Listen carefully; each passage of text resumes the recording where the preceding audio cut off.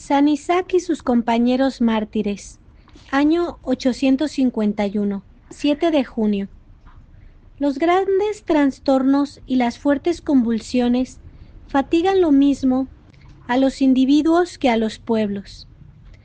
Después de la conquista musulmana, después de las matanzas y las agitaciones de la rebelión, se imponía el descanso en aquella España del siglo IX, destrozada por la lucha religiosa y social.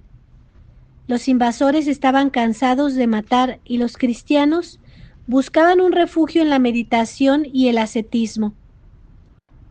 Un general anhelo de perfección lanzaba a las almas hacia la soledad. Familias enteras de la más alta nobleza dejaban de la noche a la mañana sus riquezas y se recluían en un monasterio. Aquella Córdoba de los Émires, centro del Islam en Occidente, estaba rodeada de casas de oración, como de un cinturón celeste. Son numerosos los ermitaños que viven en las cuevas de la montaña, en sus tugurios de ramas, en sus blancas ermitas, en los arrabales de la gran ciudad, entre las alamedas del Betis y ocultos por las suaves y femeninas ondulaciones de la sierra. Se levantan los grandes monasterios, donde centenares de monjes sirven a Dios bajo las reglas de los antiguos reformadores visigodos. De todos ellos, el más ilustre es el tabanense, que situado a 2 horas de la ciudad, ofrece a las almas contemplativas el atractivo poderoso de la soledad y el susurro acariciador de las selvas impenetrables. En esos alcázares sagrados es donde encontró San Eulogio sus mejores discípulos. Cuando el doctor les hablaba de la grandeza de la fe, de la vanidad del error y de la eternidad de los goces futuros, en aquellos rostros macerados por el ayuno y la vigilia, veía encenderse los deseos sublimes de la verdadera patria, los fuegos terribles de un entusiasmo divino. Y era eso cuando el aire de Córdoba estaba encendido de odios religiosos y como cargado de electricidad el ambiente. La tormenta estalló desencadenada por el fanatismo musulmán. El sacerdote perfecto fue arrastrado hasta el tribunal, condenado y degollado. Este espantoso crimen, dice Eulogio, obligó a muchos que en la contemplación de Dios gozaban de la tranquilidad de su fe entre las fragosidades de los montes y la soledad de las selvas, a lanzarse en público para abominar y maldecir del malvado profeta, encendiendo en las almas un ardor violento de morir por la justicia. Todos estaban dispuestos a derramar la sangre por la fe. Todos querían ser mártires. El mismo San Eulogio, que había provocado aquella explosión de entusiasmo, tenía ahora que contenerlos. Para ser mártir, les decía, es necesaria una vocación, como para ser monje. Esa gracia solo a algunos se concede, y los que han de ser martirizados fueron escogidos desde el principio. Pero añadía, para no hacer traición a la misión que Dios le había encomendado, nadie podrá detener a aquellos que van al martirio inspirados por el Espíritu Santo. Una gran pureza de vida, un celo ardoroso por la fe, eran los mejores indicios para conocer que uno había sido llamado por Dios, y si a esto se unía alguna revelación, la duda apenas era posible. Esto es lo que vio Eulogio en un joven cenobita del monasterio de Tábanos. Se llamaba Isaac y pertenecía a una de las familias más ilustres de Córdoba, que le dio una educación esmerada.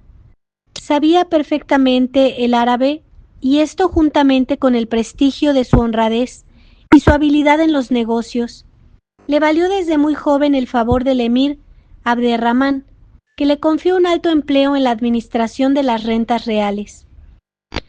Pero a los 20 años, amargado tal vez por la insolencia de los dominadores con quienes tenía que rozarse diariamente, o atormentado acaso por escrúpulos de conciencia, Abandonó la corte para encerrarse en el monasterio de Tábanos, donde le habían precedido varios individuos de su familia, y entre ellos los fundadores Jeremías e Isabel.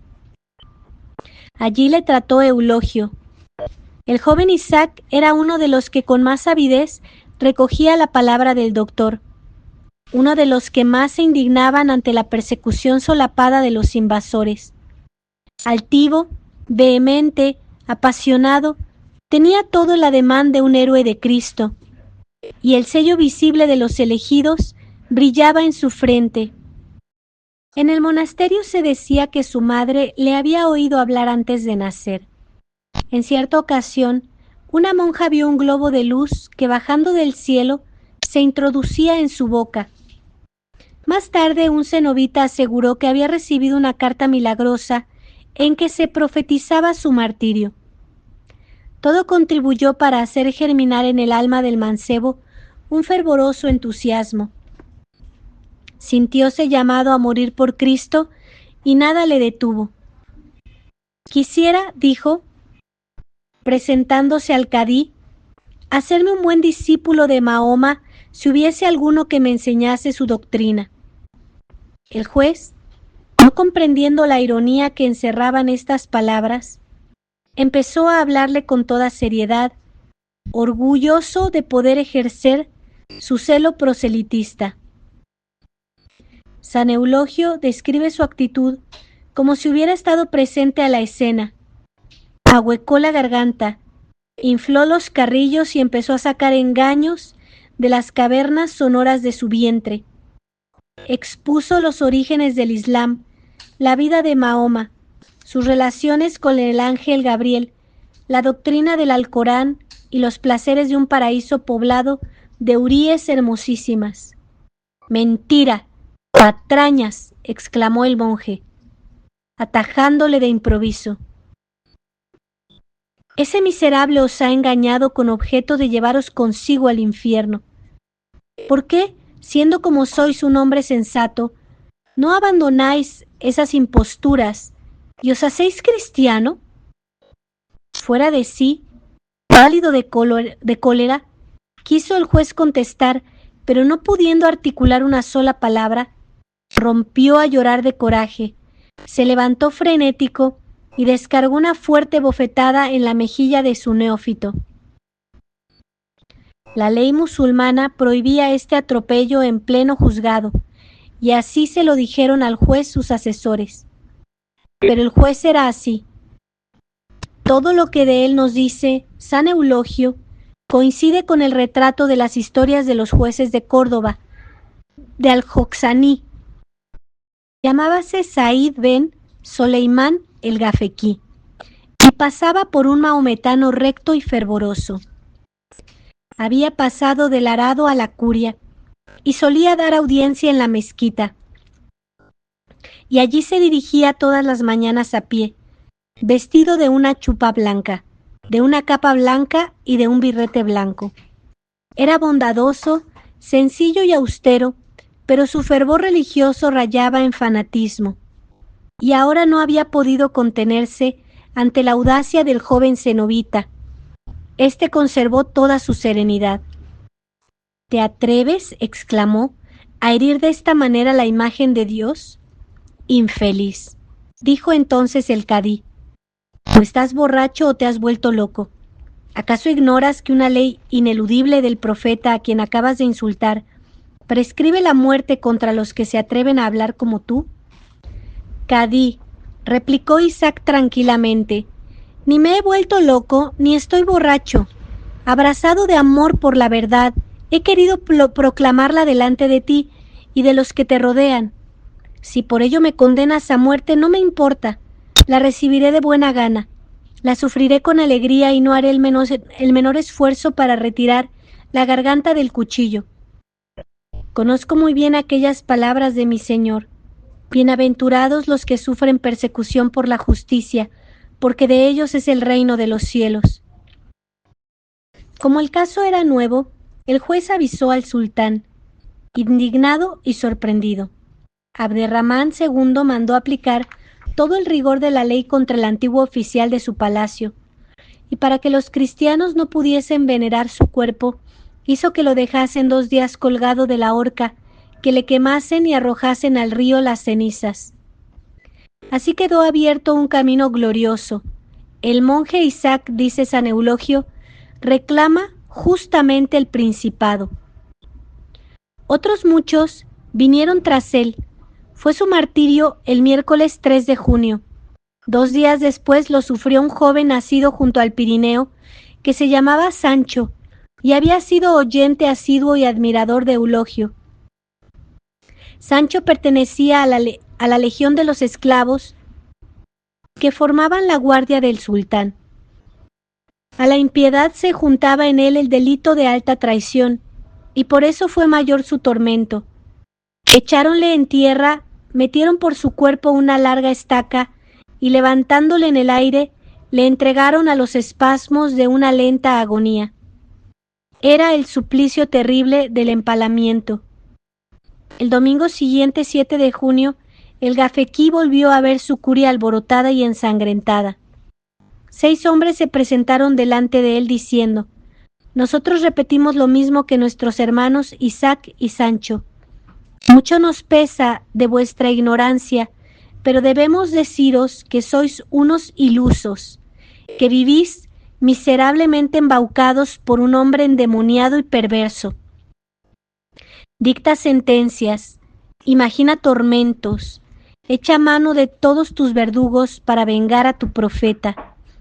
Los que así hablaban vestían todos la cogulla monacal. Entre ellos había un joven sacerdote que se llamaba Pedro y había nacido en Écija.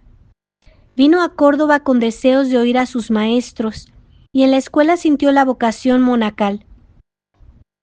Una historia semejante tenía el diácono Gualabonso, natural de Niebla y compañero suyo en el coro de Santa María de Cuteclara.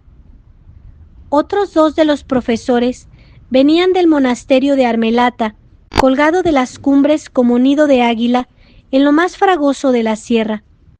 Se llamaban Sabiniano y Huistremundo.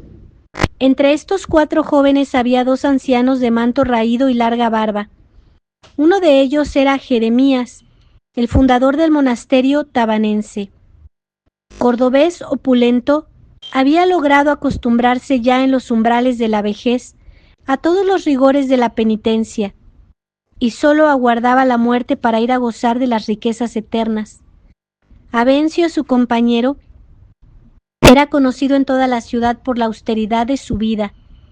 Largo tiempo había permanecido junto a un santuario, voluntariamente preso, cargado de cadenas y las carnes oprimidas por láminas de hierro. Cuando en el ventanillo de su reclusión me contaron las escenas sangrientas de los días anteriores, encendióse en una santa cólera y por primera vez salió de su encierro desde hacía muchos años. Los 6 hombres aguardaron tranquilos la sentencia. Sentíanse fuertes, poderosos, invencibles contra todas las potencias del mundo. Sabían que les aguardaba la muerte, pero cumplían con su misión de reaccionar contra la persecución, de protestar contra la agonía del espíritu español y cristiano, de levantar el ardor de los fieles y despertar la conciencia de sus hermanos adormecidos por la enervadora voluptuosidad del Islam. Conociendo que era inútil perder tiempo con ellos, el cadí ordenó que les cortasen la cabeza. El anciano Jeremías, que había sido más audaz en su confesión, fue azotado con tal violencia que fue preciso arrastrarle desde la curia al lugar del suplicio. 8 mártires en unos días. Los cristianos se llenaban de entusiasmo, oyendo contar aquellas escenas heroicas. En las plazas, en las iglesias y en las porterías de los conventos no se oía hablar de otra cosa. En los monasterios, sobre todo, el júbilo era indescriptible. Aquellos monjes estaban orgullosos porque entre sus filas habían salido los campeones de la iglesia, y la idea de que estaban en el cielo, los que antes se rozaban con ellos en el coro, les enloquecía. También Eulogio reclamaba para sí una parte de la gloria. Si yo no he combatido, decía, les di armas para luchar. Alegrémonos todos, ya que todos nacimos en una misma fuente bautismal. Celebremos jubilosamente, indiscretamente si queréis, la memoria deleitable de estos felices varones. Mezclemos nuestras voces y ofrezcamos el sacrificio de nuestra alabanza a ese Señor que ha hecho nacer para nosotros los días felices de los tiempos pasados y ha derramado entre nosotros la gracia por la cual luchan y vencen los santos y desprecian los tormentos y la muerte. San Isaac y sus compañeros mártires, rogad por nosotros. San Isaac y sus compañeros mártires, rogad por nosotros. San Isaac y sus compañeros mártires, rogad por nosotros. Ave María Purísima, sin pecado original concebida. Por la señal de la Santa Cruz de nuestros enemigos, líbranos, Señor Dios nuestro. En el nombre del Padre, y del Hijo, y del Espíritu Santo. Amén.